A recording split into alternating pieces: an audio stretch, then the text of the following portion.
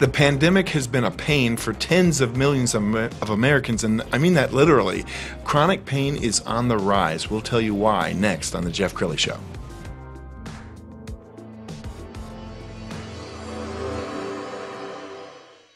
Many are predicting that the worst is yet to come, which is unfortunate, said one person here. Until now, they've enjoyed the reputation of being the nation's icebox. Watched a burglar in his home this morning by webcam. As a journalist of over 25 years, stories are what make my world turn. Reporting live from the Dallas newsroom tonight, Jeff Crilley, Fox 4 News. But in 2008, I took the jump from my familiar life and started a PR firm from my home. We're talking about anyone with a camcorder like the one I'm using becomes a television network. We started slowly growing the company, and we now have over 100 clients, and we've branched into the world of live digital broadcasting. I now own 8 different TV studios and have a huge team, and the stories that I now get to share are sometimes the most important of my life. Life has a funny way of coming around full circle. This is The Jeff Crilley Show. Well, the pandemic hit, and what did we do? Lots of us started hitting the bottle. We're eating comfort food. We're not exercising. We're doing all the things that can ruin an immune system, and it can also lead to chronic pain. To talk about that right now, Dr. Chad Stevens. He is with Noble Pain and Sports Medicine. Thank you for coming on the show. Well, thanks for having me, Jeff. I appreciate you having me. It does seem ironic. I mean, here we are in the pandemic in which you're really wanting to fortify your body, and yet we're just destroying it, aren't we? Yeah, so it took a toll on a lot of people because a lot of people have regular workout habits and they have, a routine they're used to, and that routine went out the window. They got online, they tried to find weight equipment and gym equipment, not available, right? So they went from their regular routine, working out 3, 4, 6 times a week, to none.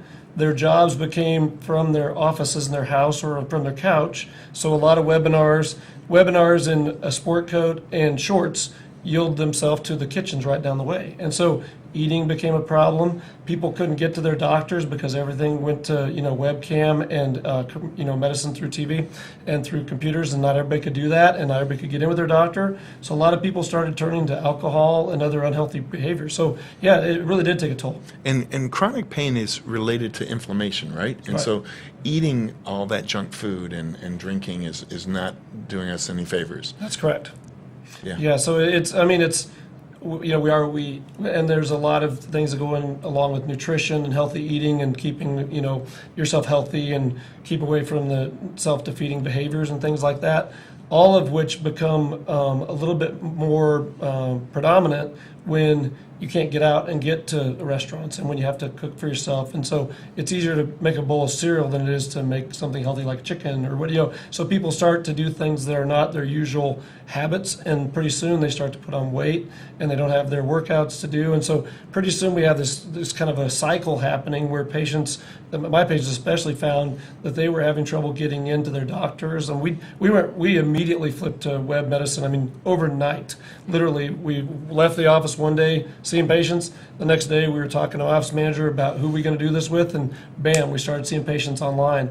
And our patients would try their hardest, and they would get on their phones or get on their MacBooks or whatever else they had. Some of them didn't have a computer, so we had a little trouble seeing some of them. But really, by the end of this pandemic, really about a month of this, we were able to start getting patients in, almost every one of them online. Even our older patients, they would go to their kid's house or whatever else, and it was kind of fun because you could see the dynamics of their household and meet their children and see where they live. And someone would show you a video of the outside of their house. There was some good information that came from this.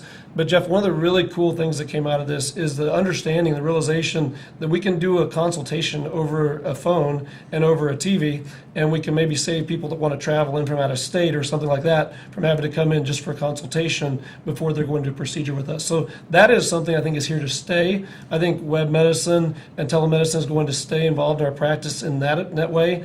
Obviously, the governor was nice to give us a chance to also prescribe controlled substances for about a month or so for our patients, so they didn't go without. So, Governor Abbott really saved the day there and really, was clutch. And so we're thankful for that. So I think all in all, we've recovered, and now we're getting a little bit more back to what we were used to as far as our practice.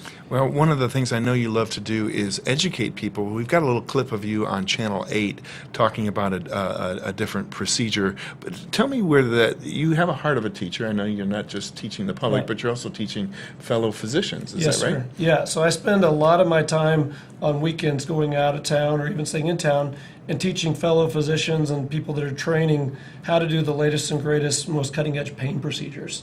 And the reasons are many, but one of the reasons for that is it gives me a chance to get my touches on these new doctors and help them learn some of the things I've learned since training and since fellowship that I wish I would have known coming in, and kind of the things you slip and fall, and you can tell people how to not do the same thing. And so that's been really rewarding. But also there's this paradigm shift where patients are saying, hey, we want to have treatment without major time off work. And it's kind of a minimally invasive world that has evolved. It started out in cardiology, kind of coming into where cardiothoracic surgery was, and now pain management and sports medicine, which is my field, is kind of merging with the minor surgical fields. And so I think that what's happening is we're giving patients a chance to get better without having as extensive of procedures, and it's working well because the spine surgeons have a great need in our lives, the neurosurgeons, spine surgeons, but there's these patients that were kind of being marginalized that the pain doctors were not treating, and they were getting treated with opiates or they were getting treated with other things that were not as healthy.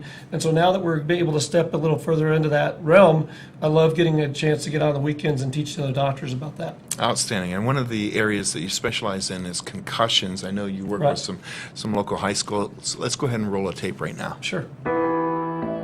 From lawsuits to Will Smith movies, the football world has been buzzing about concussions.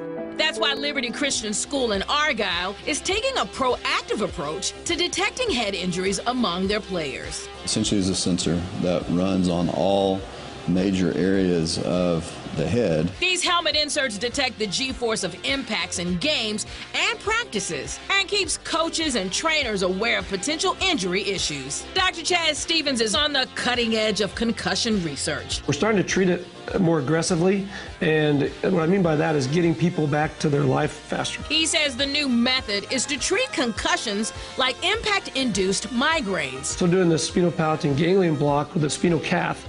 Yeah, what he said. Basically, it involves placing numbing medication in just the right spot by going up the patient's nose. And by doing that, what happens is it drops the medicine right on top of the nerve complex that is involved in migraine called the spinopalatal ganglion. So it's really revolutionary, but it's really simple. But when we do these treatments on the post-concussion patients, they pretty much immediately have a lot of headache resolution, if not complete, and their dizziness resolves pretty quickly, and they just feel more like themselves. Dr. Stevens believes this combination of instant detection and fast, effective treatment will help turn football's concussion conversation on its head. Wow. I think that is so incredible. And I think so many doctors are approaching it the wrong way. I mean, what you discovered, I think, is absolutely revolutionary. Well, thank you. So that was a device that was already in the market for migraine treatment. Mm-hmm. But when I saw that and I started talking to the company that produced that, I said, I have all these patients that when they have a concussion, their life slows down. They stay locked in a room for several weeks. They miss dinner. They miss school. They start to fail their classes. And this is like a cascade of effects that happens from the concussion. And I said, what would happen if we were able to treat those symptoms, at least the headache and dizziness, get them back to the dinner table, get them back to the classroom, not necessarily back to the athletic field, Jeff. Soon that would be the plan after going through the proper testing and the proper schools protocols and whatever protocols are put in place by the state, but getting them back to their life to some degree before the failing grades and before they lose their social relationships, before they forget who their parents are. And this has been a product that we've been able to use for that kind of a meaning. And there's been a lot of other patients we've treated for other conditions besides just concussion and migraines and things with this device. And so things like that are very simple. It's hard to get the word out to everybody. That's why I appreciate this time, Jeff, because there's so much I want to tell the world, and there's so much education. There's so many great procedures. We were talking earlier about this new procedure where we can do an interlaminar fusion in about 30 minutes on a patient, called Minuteman. Super cool. That wasn't out there when I came out of my training. Now we're putting a little device inside the vertebral body body and burning the nerves inside the vertebral body with a procedure called Intercept, which that wasn't a part of what we thought of. When we were taught that the problem is the disc and it's not the vertebral body itself, it's a different paradigm and shift in thinking. And we're fusing the SI joints, and we're doing some other procedures we didn't used to do, and stimulating nerves in the legs and the arms that we didn't used to do. And there's so many cool things I want to share with the world, and I don't have all the platforms to do that. So, I try to do that through television. I try to do that through our social media. This last few months, I was blessed to find a company called Moxie out of New Orleans, and they have blown my social media world apart. And what I found is that is the most effective way for me to get my message out, because so many people get onto either Instagram or Facebook or LinkedIn or Twitter, and it's been great because I've been able to get some of those educational messages out there. I don't want to call it marketing, because it's really, I'm trying to bring people in the door, but I'm also trying to give people hope and trying to remind them there are options they have that maybe they haven't been exposed to before. Yes, and the fact that you're helping other physicians. I mean, you're just one person, right. But if you're out there, spreading the gospel, we Yes, can help sir. many more people. Right. We also want to brag about your new office. I know you're proud of it.